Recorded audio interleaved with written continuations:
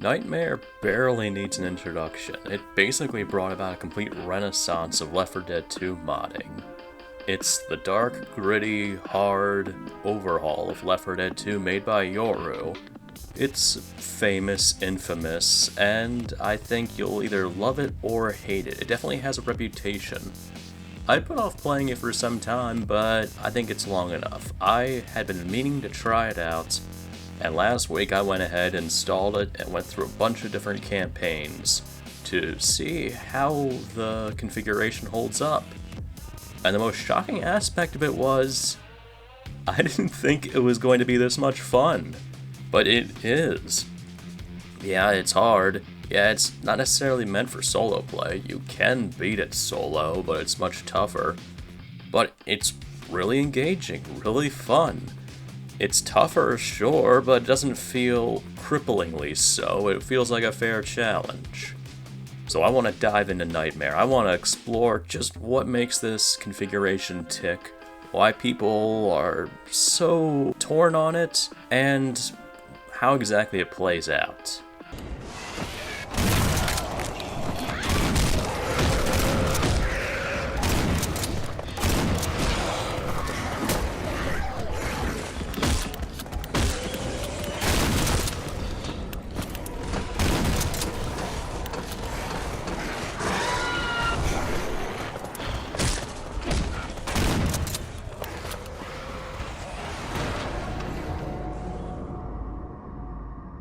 Alright, Nightmare.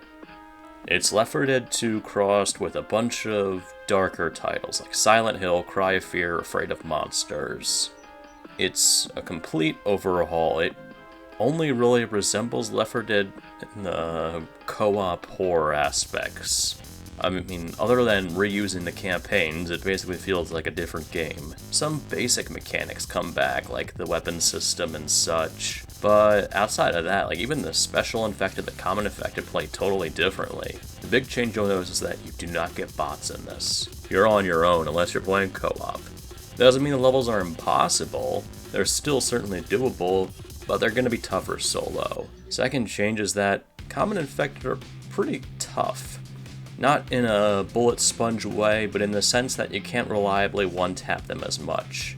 At least effortlessly. Melee weapons no longer one-hit kill, unless you're going for headshots. So, bashing an enemy with a baseball bat isn't gonna kill him.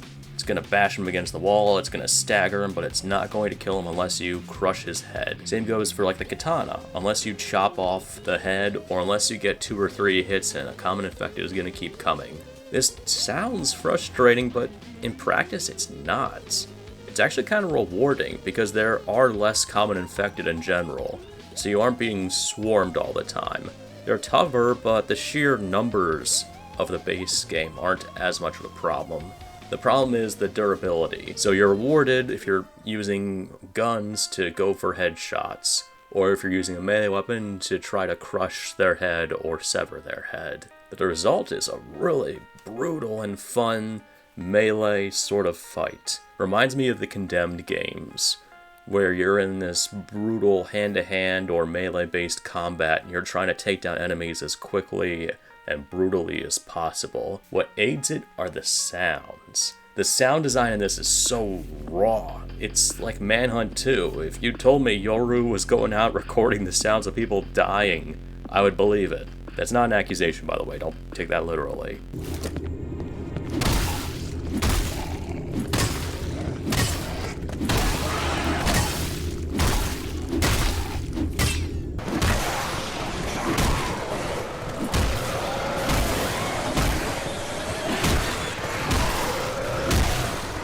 What I mean is that it sounds real crunchy, real raw. This doesn't sound unpleasant, but definitely adds weight to every hit you're giving, every shot that goes off, every bone that gets crunched. It just really sinks you into the feeling of fighting for your life against these monsters. And it also makes melee combat with the common infected more rewarding, because it feels like every kill you get is a victory, especially since there aren't as many as usual. The melee selection also kind of varies. By default, you just start out with a flashlight. Weapon spawns are single take only, ammo piles don't replenish, so you only have like a few grabs of ammo before they run out completely. The guns you have also kind of vary, so they don't play the same way they would in vanilla. Like, there are two of the tier 1 shotguns. One is sawed off and has much wider spread but more damage. The other is full length, has tighter spread, but it isn't as good for crowd control. Same goes for the different SMGs and assault rifles and such. What I find really interesting, and something that some other configurations have carried over, is that this takes the base campaigns and adds in alternate routes and different RNG elements. One notable instance I encountered of this was in No Mercy. I expected just to take the usual route out of the apartments, into the streets, and into the metro tunnels, but I found that there was a truck blocking the middle of the road, and my usual path to get to the metro tunnels was blocked as a result. So I had to scramble looking around when I didn't have much health, and eventually I was able to find a side route that led through a building that I didn't even know existed, which got me to another route to the metro tunnels where I barely made it into the safe room without much health. Surviving that was real tense, real exciting, it was memorable, a good way to kick off my experience with the mod. Now, much has been made of the continue system of the mod, which I get. When you're playing a campaign, if you just start normally through the menu, you basically get 3 tries before the game boots you back to the menu. You can only start out at the first level of a campaign.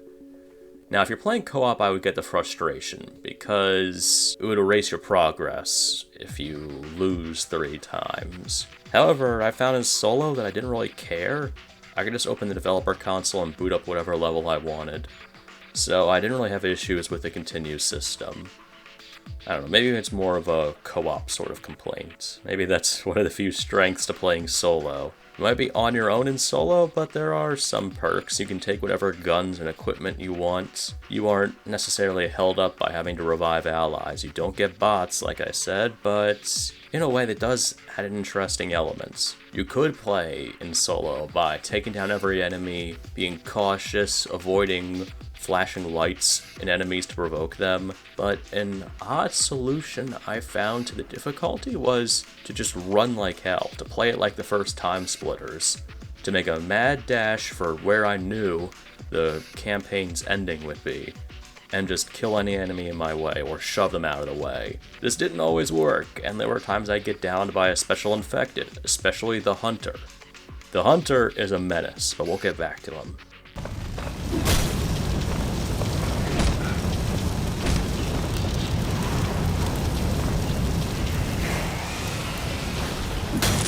Is he too a victim of this strange man-spider creature who's terrorizing the city? The speedrunning solution was surprisingly effective, and it provided an interesting playstyle alternative. I really enjoyed the slow, methodical approach, but it was pretty exhilarating to run for my life and just gun down anything in my way, conserving ammo, and try my best not to get caught off guard by a special infected or a handful of regular infected. Gunplay is pretty fun. I went into detail about melee combat, but guns sound loud, they are fittingly powerful, and generally speaking they do well at the jobs they're given. One aspect of rebalancing the guns is that magazine-based weapons are an all-or-nothing system. So when you reload, any bullets that are in the magazine get discarded. This isn't the case for shotguns, where you can still load them shell by shell. But if you're using, like, let's say the M16, if you have 10 rounds left in the magazine, it gets discarded. So every reload will down you about 30 rounds. It just depends on how many you shot off before hitting the reload button. It encourages you to save ammo and to decide when the best time is to reload and when the best time is to cling to whatever bullets you have in your magazine. This doesn't apply for the pistols, whether it's the Glock or the 5-shot Magnum, but it does add a unique aspect of difficulty to ammo management, resource conservation, and figuring out when the best time is to stop and swap magazines.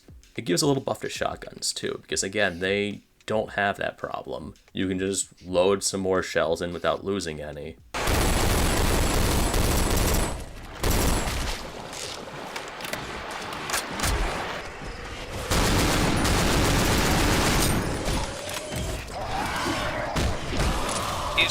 a victim of this strange man-spider creature who's terrorizing the city? The changes also go for the throwables. Molotov's basically the same. The pipe bomb plays like the beta one, so it explodes only a little bit after getting thrown, but the action of throwing it will briefly distract zombies.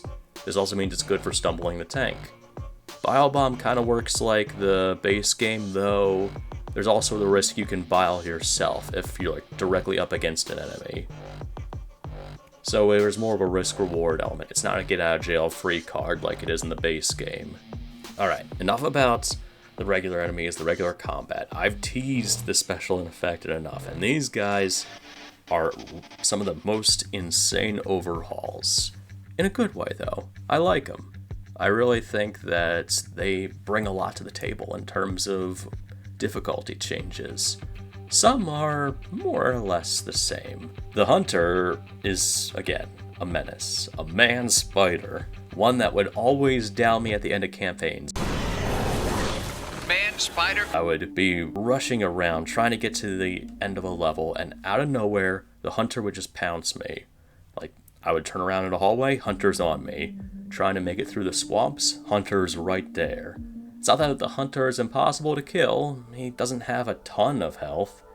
And if you time your shoves right, your shots right, you can kill him. He's just a cut above. He definitely feels like his reflexes have been buffed in some way. The Smoker doesn't exist. The Boomer is about the same, though his bile is red in this case. That's sort of a change that seems to be common among the darker Left 4 Dead 2 mods. But then again, since this did kick all that off, I get the feeling this was the trend starter for that. The Witch is interesting because she uses the zombified Zoe skin, and she uses like these monstrous versions of Zoe's lines. She isn't quite the same. She isn't as tough. Startling her isn't the death sentence that it is in the base game.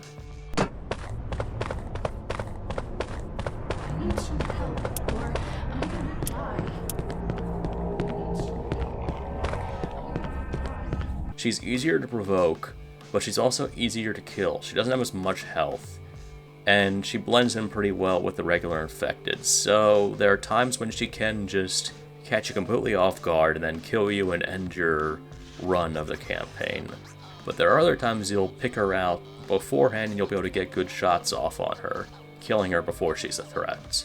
The Jockey is the Notorious Howler, an invisible infected who drains your health when he's nearby. He has audio cues, he doesn't hop on your back and take control of you. Now, I didn't have problems with the Howler. Truth be told, I didn't even encounter the Howler in my campaign runs. Either that or I just didn't notice him. Maybe I was moving too quickly, and he wasn't able to properly cause problems for me. Because you can use the flashlight to stall him, and if you're able to get away from him, he doesn't cause many issues. So maybe he was spawning and I was just escaping him the entire time. I mean, I don't know. I didn't have issues with him. Maybe if you're like turtling in co-op, it's more of a problem. The Charger plays pretty similarly overall. Didn't really have any noticeable issues with them. The Spitter has red acid. Not much of a change there. The Tank, though, the Tank is where things get completely off the rails.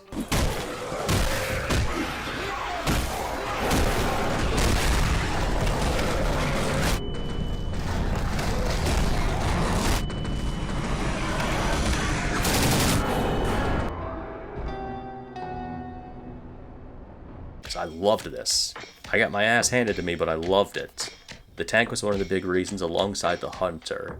The Tank is buffed to a big degree. It's faster, more aggressive, has a ton of health. I mean, I checked the stats when I would clear out a campaign after killing a Tank, and it would say I did 55,000 points of damage to this guy. And bear in mind, the Tank is only in like the several thousand range in the base game. It could be the guns deal more damage here, but man, the Tank is tougher. You really have to juke this guy. You have to get away from him, set him on fire. He is an aggressive son of a bitch who loves to beat you down at every opportunity. If you're fighting him, you have good terrain to use to distract him, like stuff he has to climb on and such. Because if you're in a confined environment, you are as good as dead unless you can run past him. He definitely feels like a boss battle. He doesn't feel like a mini-boss. After a while in Left 4 Dead, you learn how to deal with a tank, especially if you have friends. But in this, I feel like no matter what circumstance you're in, the tank is an all-or-nothing, scary encounter. And he was fun to fight. I liked it. I can't say I really had issues with him. I mean, like, the pipe bomb makes it better for fighting him. The bile bomb can be really useful for buying yourself time while regular infected hound him. And the Molotov is classic for wearing down his health. It's just that he puts up a hell of a fight, and you gotta be ready for that. He has very loud, bombastic music, and it fits just how much attention he demands of you when he appears. Because he can wipe you easily if you aren't going all out to kill him, or you don't have the right weapons or anything else. He also knocks whatever you have out of your hands when he punches you. That is an interesting little addition. So if you're carrying an M16 and he punches you, that M16 has fallen out of your hands. If you have a pistol and he punches you, you're back to the flashlight. Now, you get to keep the flashlight if he punches you then, but again, that's not the best of the melee weapons. So sometimes you have to scramble around looking for the guns he knocked off you. It's not a death sentence to lose your gun to a tank, but it is a massive inconvenience in a fight where you don't want inconveniences. That said, love it. Love the tank, love the special infected. I love the rebalances in this. I like how even the campaigns, the campaigns get good visual overhauls too. Everything's darker, grimmer, dingier. This doesn't lean exclusively on Cry of Fear aspects, but I definitely see the inspiration that came from it. It feels more apocalyptic. Left 4 Dead always kind of tread the line between hopefulness and hopelessness. This just feels hopeless. It feels like the world's ended and you're just trying to find some way out of it before it consumes you as well. Some remote escape you can find. But the big issue is getting out of these cityscapes and everywhere else. Most of the campaigns are playable and they work well. They've been tested accordingly. You can tell that a lot of work was put into making sure that Nightmare plays well with the base campaigns. There are two that are excluded, Coldstream and The Last Stand. Now, I booted up The Last Stand through the developer console, and it works. I mean, surprisingly enough, it does play decently with Nightmare. It's just much darker than it probably is intended to be. And as a result, I had a little bit of a tougher time getting through it. I also got completely stomped by a tank when I was about, 3 minutes in, so I just took that as a sign the mod wanted me to quit.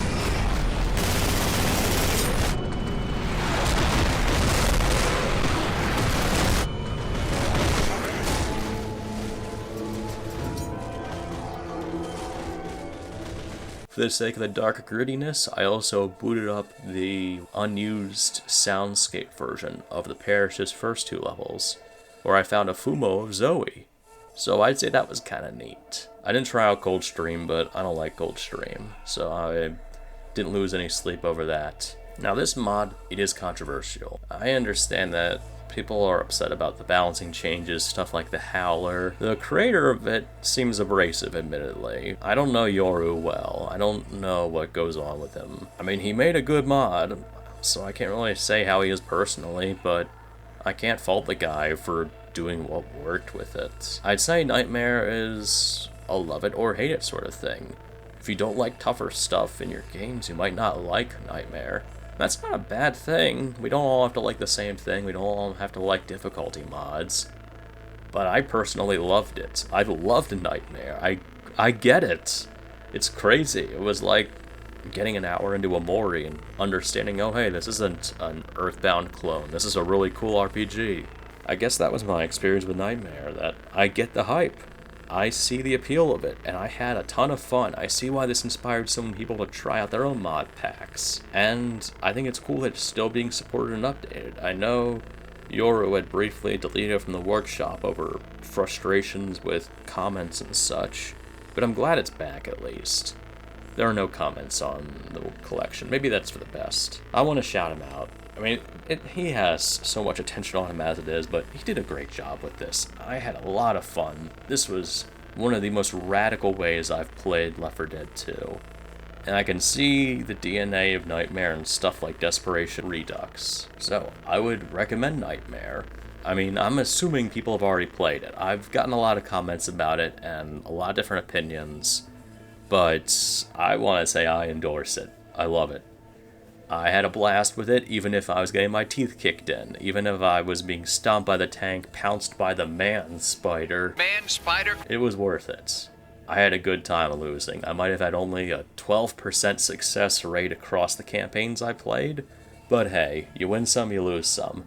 And as far as I'm concerned, those times I died were because of mistakes I made. To me, that's a sign of good game design.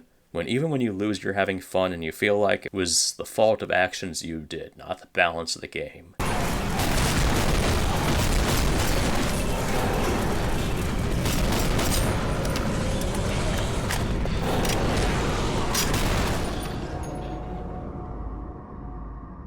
So, I finally got around to playing Nightmare. I'm guessing you all have played it, but if not, what do you think about it? Like, would you play it after watching this? If you have played it, do you agree with me? Do you think it's a good mod? Think it's overrated? Do you think that there needs to be more done with it? And are there any other Left 4 Dead 2 mods you'd recommend? I saw someone recommending Rage recently. That seems like an interesting overhaul. And I've been playing the update to Desperation Redux and liking it. So maybe I'll do a video on that sometime. Thank you all for watching, and thank you to Yoru for making Nightmare. You did a service to the community. Take care.